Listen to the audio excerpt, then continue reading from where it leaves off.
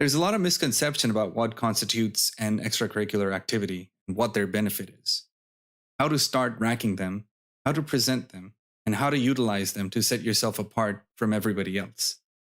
But most importantly, what type of extracurricular activities do prestigious schools and top companies to work for actually care about? Guess what? You might think you have good extracurriculars, and to your friends and families, that might be true. But to Ivy Leagues and multinationals, they have a different bar. And today we're going to talk about just that. Let's take an example. Bob. Bob has a 3.5 CGPA. Bob's an undergraduate student. In his free time, he plays football and likes to go on runs. He helps his friends out with coursework from time to time. He enjoys playing the guitar. What do you think about Bob? Do you think he has good extracurriculars?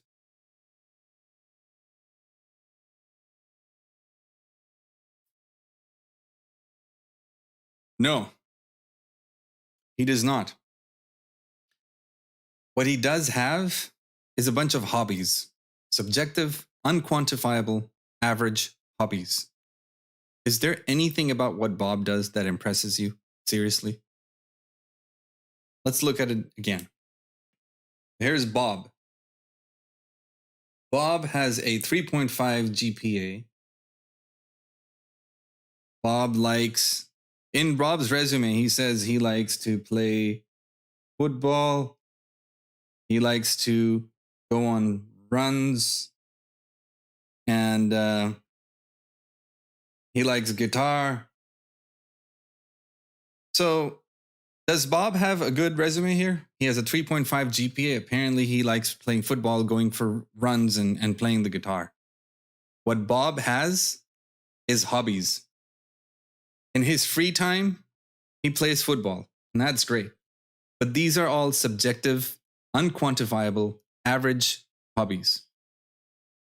Now, you may read on the internet and you may hear otherwise about extracurriculars being anything outside of your curriculum, including hobbies. But I'm not here to tell you what everybody else will tell you and what will not work. I'm here to tell you what everybody else is not telling you and what actually gets results. So look, technically and literally anything outside of your curriculum, including your hobbies, may qualify as an extracurricular. But the point is not to conform to literal meanings. The point is not to check boxes. The point is to get results. So for our purposes, and assuming that each and every one of you watching this wants to be better than average, I'm here to tell you those are not extracurriculars. I'm here to tell you that unquantifiable, vague, and subjective activities outside of your curriculum don't really count. Not when you're competing against the top % of talent in the world, such as Ivy Leagues and multinationals. What Bob does have is a place to start. He has a bunch of hobbies, which could become differentiating extracurricular activities with a bit of finesse, some focus, and some intentional work. So what is an extracurricular that actually matters? An extracurricular that actually matters has a couple of things you'll notice. First of all, it has a title, and we'll go over this later. An extracurricular that actually matters has a title that you worked to achieve. A hobby that you excelled in to the point that it could be measured and is distinguishing, differentiating, and it shows an achievement against every other person who has the same hobby. That is an extracurricular worth mentioning. Something that was awarded to you. Something that supports how great you are outside of work. Something that is focused, measured, and objective. So in other words, an extracurricular becomes worth mentioning when it has a title,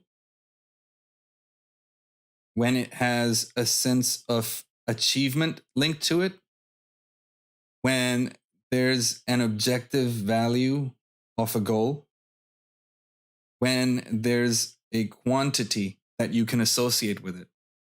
And furthermore,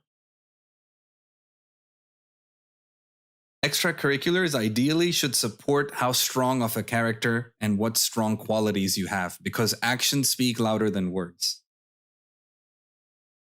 So let's go over this again.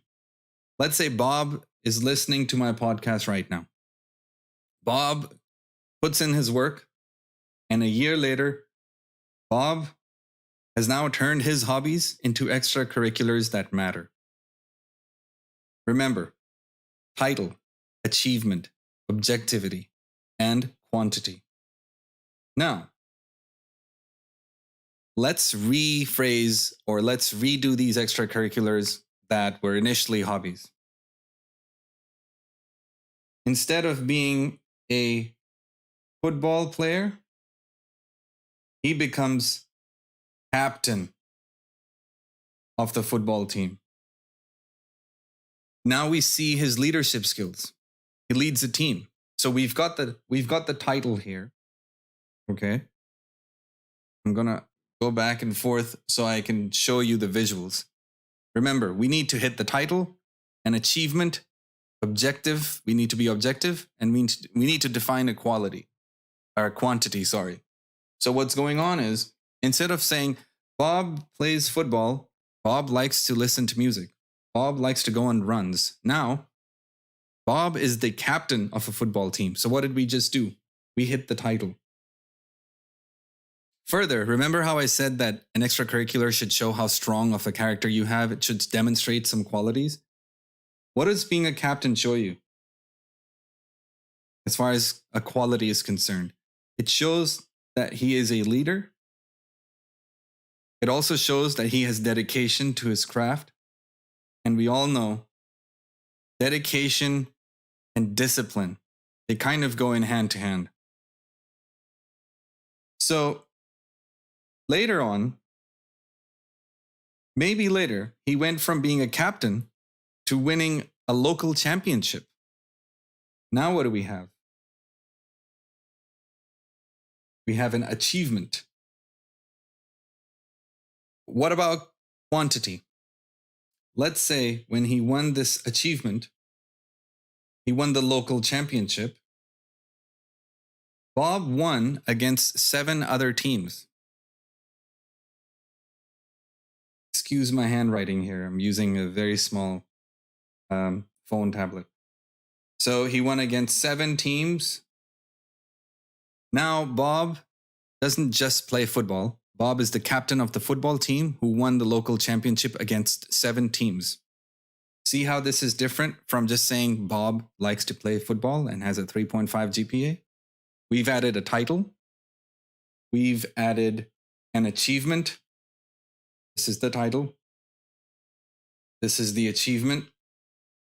We've added a quantity, 7 teams, and we are very objective with Bob does.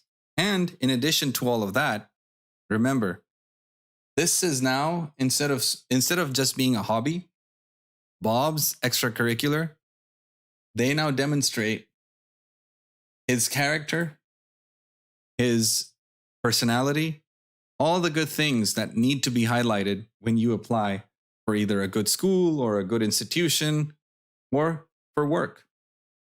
This makes your resume good. Now, let's look at what else Bob does, right? We said he's a runner. We did say he's a runner. So instead of him just running, which is quite average, maybe Bob puts in the work and becomes a gold medalist or a bronze medalist. Let's say he becomes a bronze medalist for running.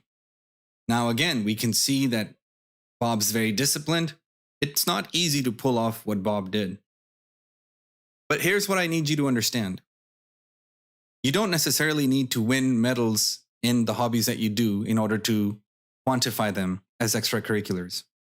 Let's say Bob did not win the bronze medal, but he still wants to take credit for the amount of work that he put in. Here's another way Bob could do that. Maybe he started a cause. Maybe he started a cause such as running for cancer. Maybe he organized a charity event. Maybe he raised $500 for charity, and now he's a big member of the community. So instead of him being a gold or bronze medalist, now Bob is organizing a charity event. Bob is an organizer. He cares about his community. He is now, he has raised $500. So as you can see, the title can shift. Instead of the title being that Bob is a gold medalist, now the title is Bob is an organizer for local events or local runs for a higher purpose or a higher cause. How great does that sound? Not only is it a good thing to do, but it actually sounds pretty good on your resume. So why wouldn't you take it? Why would you just stop at I run for fun? Now you get the point. Now what else does Bob do? He plays the guitar. Maybe he teaches his friends.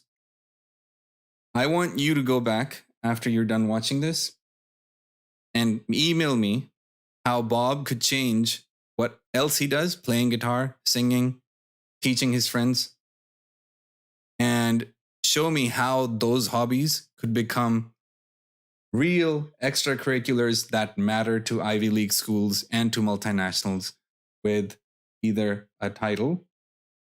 You have to hit as many of these points as possible. Hit the title, hit an achievement, be objective, and have it be quantifiable. And then use these to demonstrate character and personality. We've all been to interviews and we've all put in our resumes and applications whenever we apply for something that we are strong team players, we are leaders, we are good at discipline and all that stuff. But actions speak louder than words. And what better way to showcase your skills than to actually do them? I won't have to go and say, I'm very disciplined. I am a leader. I care about my community. I like to do social work. When it's all obvious based on the awards, the merits, the titles, the achievements, the extracurriculars that I can quantify. When it's all obvious, then I don't have to talk about it as much. I can just show it. And that has a much better outcome. So let's talk about what kind of extracurriculars we have. I told you how to move from a hobby to an extracurricular that actually matters. But what other kind of extracurriculars are there? Let's touch on this very briefly. There are ones that support your major and build you as an expert in your field. I call these inward facing. For example, these are centered around you or your profession.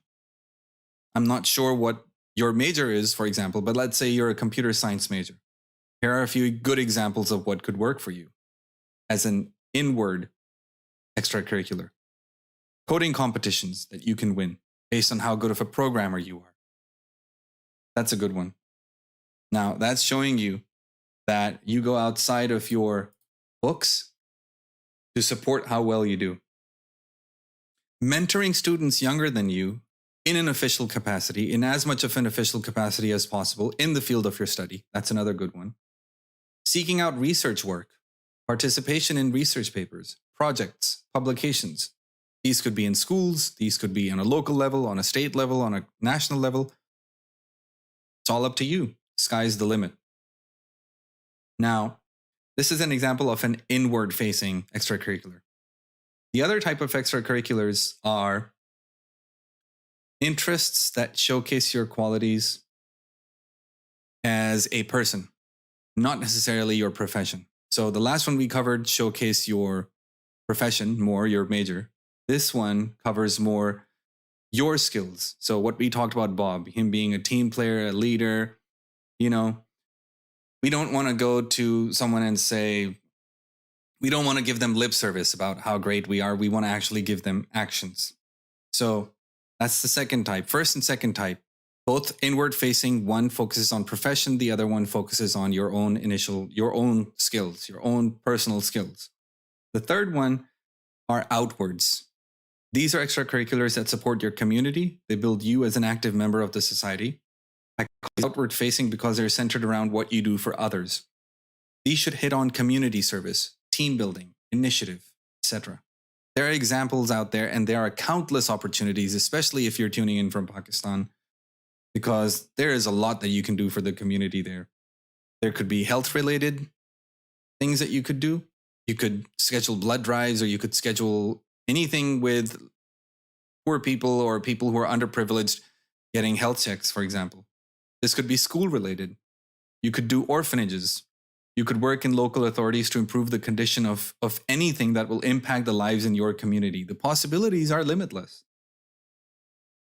And you can also do leadership conferences and activities. You can do these kind of things that basically show how good of a leader you are in your community. So now we're kind of combining your personal achievements and characters with what you can do for the community. If you're interested in getting the one-pager summary, the notes that you could actually print out and put on your wall so you can start thinking of your hobbies and extracurriculars in a different way and retrain your mind, let me know. For now, I think we are good. Thank you very much for tuning in. Until next time, take care.